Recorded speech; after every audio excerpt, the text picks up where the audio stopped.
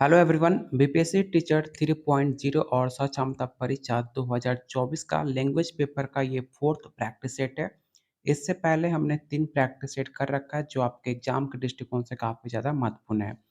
अगर आप बीपीएससी और सक्षमता परीक्षा 2024 की तैयारी कर रहे हैं, तो आप किसी भी सब्जेक्ट से तैयारी कर रहे हो, सारे सब्जेक्ट का नोट्स अवेलेबल है, प्रैक्टिस सेट अवेलेबल है, काफ़ी कम रेट में दिया जा रहा है। लेने के लिए इस नंबर पे आप व्हाट्सएप कर सकते हैं और ये सारे नोट्स आपके एनसीईआरटी और एससीईआरटी बेस है, जो आपके सिलेबस में साफ-साफ मेंशन है कि जो भी आपके एग्ज़ाम में क्वेश्चन आएँगे, सारे आपके एनसीईआरटी और एससीईआरटी से पूछे जाएँगे।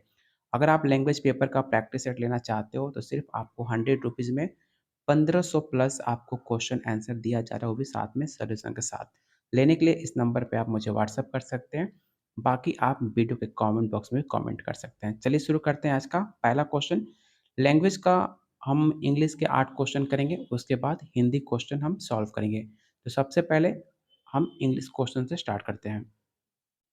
Select the option that can be used as a one-word substitute for the given group of words. आपको एक सेंटेंस दिया गया है, उसको आपको एक वर्ड्स में आपको डिफाइन करना है। सेंटेंस क्या है? A partner is in crime. A partner in crime एक साथी अपराधी है। आपको इसे वन वर्ड में आपको बताना है, इसे क्या कहेंगे।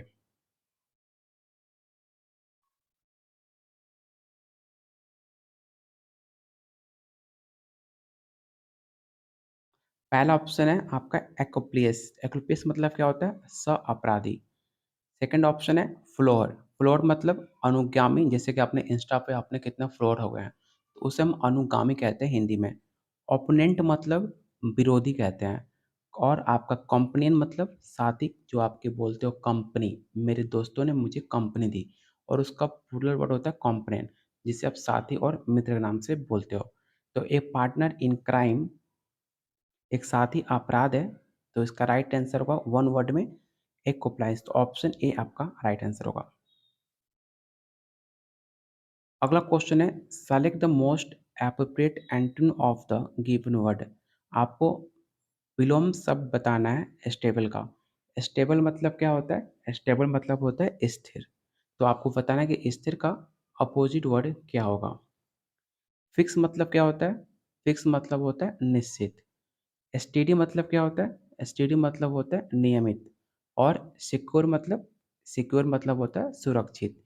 और बचा सेक, सेकी मतलब क्या हुआ? अस्थिर। स्टेबल मतलब स्थिर, और सेकी मतलब अस्थिर। तो इसका राइट आंसर क्या होगा? ऑप्शन सी आपका राइट आंसर हो जाएगा। अगला क्वेश्चन है select the incorrectly spelled word. मतलब आपके पास 4 ऑप्शन दिया गया है, इनमें कोई ऐसा वर्ड है जो आपको स्पेलिंग गलत लिखा गया है।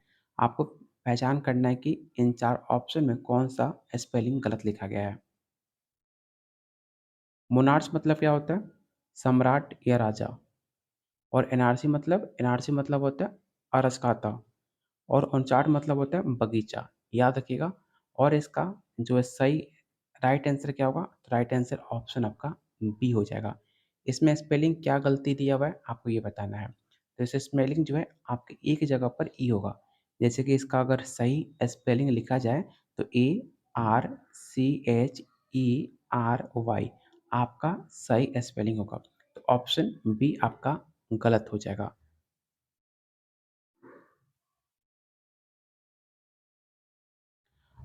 अगला क्वेश्चन है select the most appropriate option that can substitute the underline segment in the given sentence. If there is no need to substitute it, select no substitution required. मतलब आपको एक सेंटेंस यहाँ पर दिया गया है, अगर आपको लगता है कि जो अंडरलाइन लाइन की गई है, अगर इसमें कुछ गलती है, तो आपको बताना होगा कि इनमें क्या सही ऑप्शन है। अगर आपको लगता है कि सेंटेंस ये सही लिखी गई है, तो आप नो सब्स्टिट्यूशन रिक्वायर्ड मतलब कोई सुधार की ज़रूरत नहीं है, आप इसे चुन सकते हो। तो सेंटेंस क्या है? I must replying this letter immediately. मतलब क्या हुआ? मुझे इस पत्र का तुरंत उत्तर देना होगा। तो इसका राइट आंसर क्या होगा? आपको ये बताना है। तो याद रखिएगा, उपरोक्त वाक्य में जो रेखांकित भाग है रिप्लाइंग दिस लेटर, उसके स्थान पर जो राइट वर्ड होगा रिप्लाई टू दिस लेटर होगा। जो आपके हिंदी में प्रोनाउंसिएशन क्या हो जाएगा? तो हिंदी में आप इसे बोलोगे, मुझे इस पत्र का तुरंत उत्तर देना होगा।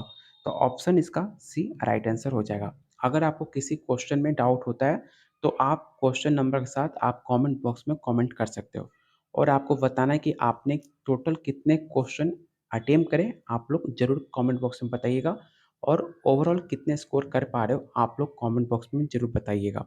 इससे आपको आइडिया लग जाएगा कि आपकी तैयारी कैसे चल रही है। चलते हैं अगले क्वेश्चन पे। अगला क्वेश्चन है, select the most appropriate option to fill in the blank. आपको इस फिल इन द ब्लैंक में आपको ऑप्शन फिल करना है। सेंटेंस क्या है? She is so dash of plants that she can spend her entire day in a garden. पहला option है लविंग, ऑप्शन बी है फोन, ऑप्शन सी है अटैच या ऑप्शन डी है इंटरेस्ट। फोन मतलब क्या होता है? फोन मतलब होता है शौकीन। लविंग मतलब क्या होता है? प्यारा। ठीक है। अटैच मतलब आपने जानते होगा, अटैच मतलब जुड़ा हुआ, एक किसी से अटैचमेंट हो जाना। इंटरेस्टेड मतलब आपको पता है रुचि। तो आपको बताना है कि इस फिल इन द ब्लैंक में कौन सा ऑप्शन फिल होगा जो आपको सेंटेंस को पूरा कर देगा। तो इसमें आप ऑप्शन बी आपका राइट आंसर होगा। She is so fond of plants that she can spend her entire day in a garden. मतलब उसे पौधों से इतना प्यार है कि वो अपना पूरा दिन बगीचे में बिता सकती है। तो इसका राइट आंसर ऑप्शन आपका बी हो जाएगा। उम्मीद करता हूँ आपको सारी बात समझ में आ गई होगी। अगला क्वेश्चन सेम, आपको एक सेंटेंस दिया गया है और आपको अंडरलाइन जो लाइन की गई है आपको बताना है कि इसमें गलती है कि नहीं है। अगर गलती है तो कौन सा ऑप्शन आपका सही होगा, अगर गलती नहीं है तो आप इसे नो सब्स्टिट्यूट रिक्वायर्ड के नाम से ऑप्शन टिक आउट कर सकते हैं। सेंटेंस क्या है? There have been heavy rains in the city, even then hurricane made landfall। मतलब क्या हुआ? शहर में भारी बारिश हुई, फिर भी तूफान आया। तो आपको बताना है कि इस अंडरलाइन पे कौन सा ऑप्शन सही है या सेंटेंस आपका करेक्ट है। तो इसका राइट आंसर क्या होगा? ऑप्शन आपका बी हो जाएगा। There have been heavy rains in the city since the hurricane made landfall. तो ऑप्शन बी आपका राइट आंसर होगा। यहाँ पे एवन यूज नहीं होगा और ना आपका देन यूज होगा, यहाँ पर यूज होगा सिंस द। तो ऑप्शन बी आपका राइट आंसर होगा। अगला क्वेश्चन है, select the option that can be used as one word substitution for the given group of words. आपको एक सेंटेंस दिया गया और उसको एक वर्ड में आपको डिफाइन करना है। सेंटेंस क्या है? Fluid secreted by flowers which is collected by bees for making honey। काफ़ी आसान सा सेंटेंस है, आपने सेंटेंस समझ गए होंगे। इसका मतलब क्या है? मतलब है कि जो आपकी मधुमक्खियाँ होती हैं उसे शहद को फूलों से उसकी गंध को उसको इकट्ठा करती हैं अपने को मधुमक्खी को शहद बनाने के लिए। ठीक है, तो इसका वन वर्ड में क्या होगा आपको ये बताना है। पहला ऑप्शन क्या है? पहला ऑप्शन है एम्ब्रोसिया। एम्ब्रोसिया मतलब क्या होता है? अमृत, प्रसाद, जिसे आप पूजा पाठ में प्रसाद देते हो उसे एम्ब्रोसिया के नाम से जानते हैं। सेकंड ऑप्शन है यूरोपिया। यूरोपिया मतलब क्या होता है? उत्साह, कल्याण का भाव। जूस मतलब आपको पता होगा जो आप जूस पीते हो। फोर्थ ऑप्शन है नेक्टर। नेक्टर मतलब क्या होता है? पराग, मधु। तो ऑप्शन डी आपका राइट आंसर हो जाएगा, क्योंकि आपका जो बीज की जो हनी होती है उसे आप हिंदी में मध बोलते हो और नेक्टर का मतलब ही होता है मध। तो इसका राइट आंसर ऑप्शन आपका डी हो जाएगा। इसे वन वर्ड में नेक्टर बोल सकते हो। तो ऑप्शन डी आपका राइट आंसर होगा। इंग्लिश का लास्ट क्वेश्चन है, इसके बाद हमें हिंदी का क्वेश्चन करेंगे। तो लास्ट क्वेश्चन है इंग्लिश का, आप लोग बताइए। जो यहाँ पर एक अंडरलाइन की गई है लाइन, आपको एक सेंटेंस है, सेंटेंस में आपको बताना है कि सेंटेंस का एकदम फ्रेज क्या होगा। सेंटेंस क्या है? I will always be grateful to my friend because she has been with me through thick and thin. मतलब क्या हुआ? मैं हमेशा अपने दोस्त का आभारी रहूँगा क्योंकि वो हर दुख सुख में मेरे साथ रही है। तो जो यहाँ पर अंडरलाइन आपको किया गया है थ्रू थी कैंटीन, इसका इडियम फ्रेज आपको बताना है कि क्या होगा।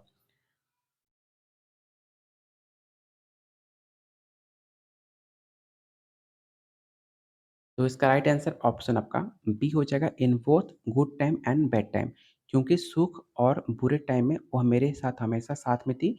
तो हो जाएगा option B, in both good time and bad time, अच्छे टाइम में भी और बुरे टाइम में भी, दोनों टाइम उसने मेरा साथ दिया। तो ऑप्शन बी आपका राइट आंसर हो जाएगा। उम्मीद करता हूँ आपको सारे बात समझ में आई होगी। और हमने इंग्लिश में टोटल कितने क्वेश्चन किए, तो क्वेश्चन क्वेश्चन हमने 7 किए इंग्लिश के। और उम्मीद करता हूँ कि आपका साथ में स्कोर आप 3 प्लस आप स्कोर कर पा रहे होगे।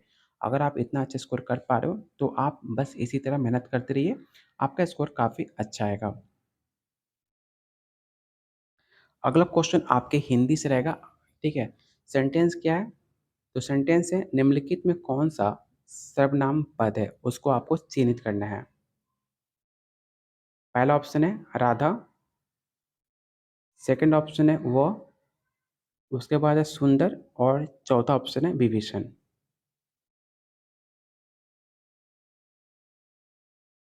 तो आपको काफ़ी आसान सा सवाल है, आपको बताना है सर्वनाम।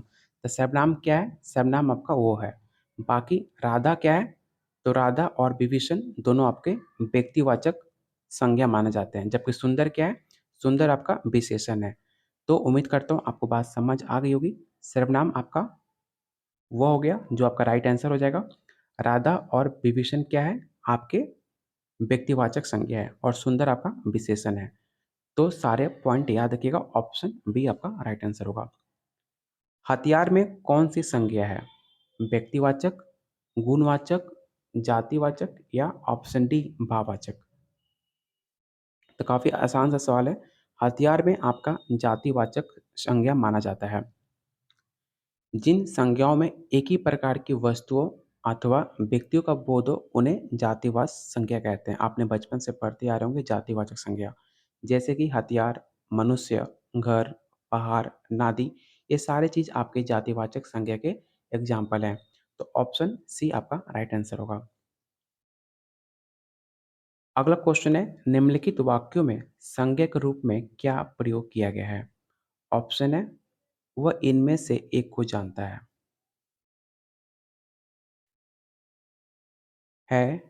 वह, इनमें या ऑप्शन डी एक।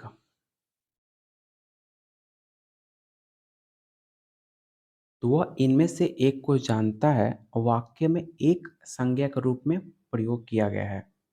तो इसका राइट आंसर क्या होगा? Option D. आपसे पूछा गया था वाक्य में संज्ञा के रूप में क्या प्रयोग किया गया है, तो एक जो है आपका संज्ञा के रूप में इसे प्रयोग किया गया है।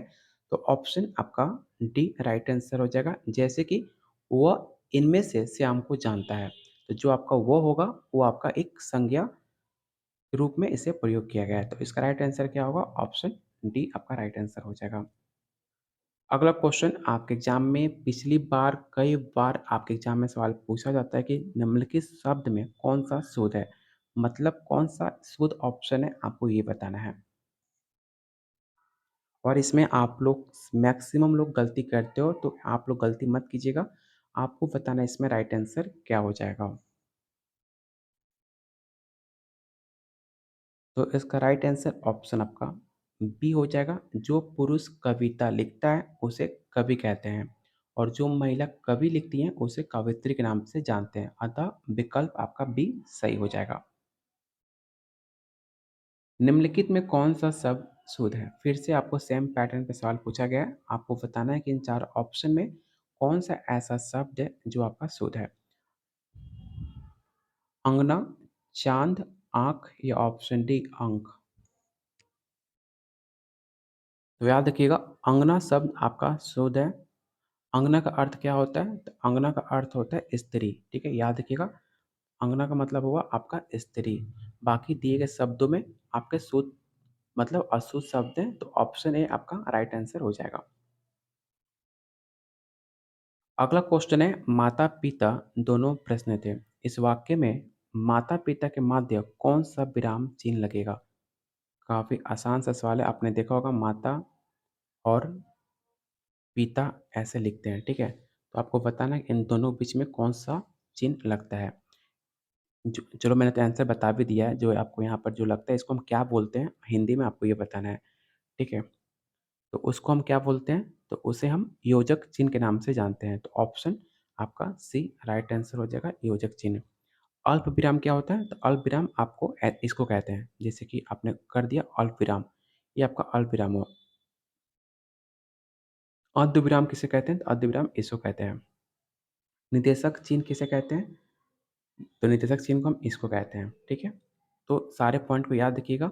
ऑप्शन इसका सी राइट आंसर हो जाएगा, योजक चिन्ह। जस्ट मैंने आपको बताया था कि निम्नलिखित में कौन सा अल्प विराम चिन्ह है, तो इसमें किसी को भी गलती नहीं होना चाहिए। जस्ट मैंने आपको बताया था अल्प विराम के बारे में। अगर आप वीडियो अच्छे से ध्यान को यहीं पर रखकर देख रहे हो, तो आसानी से इसका आंसर आप बता पाओगे। तो जस्ट मैंने आपको बताया था, इसको अल्प विराम के नाम से जानते हैं। तो ऑप्शन आपका सी राइट आंसर हो जाएगा। चलते हैं क्वेश्चन 68 पर। क्वेश्चन 68 कह रहा है, निम्न में कौन सा शब्द प्रयत्न और उच्चारण के आधार पर व्यंजन का वर्गीकरण नहीं है?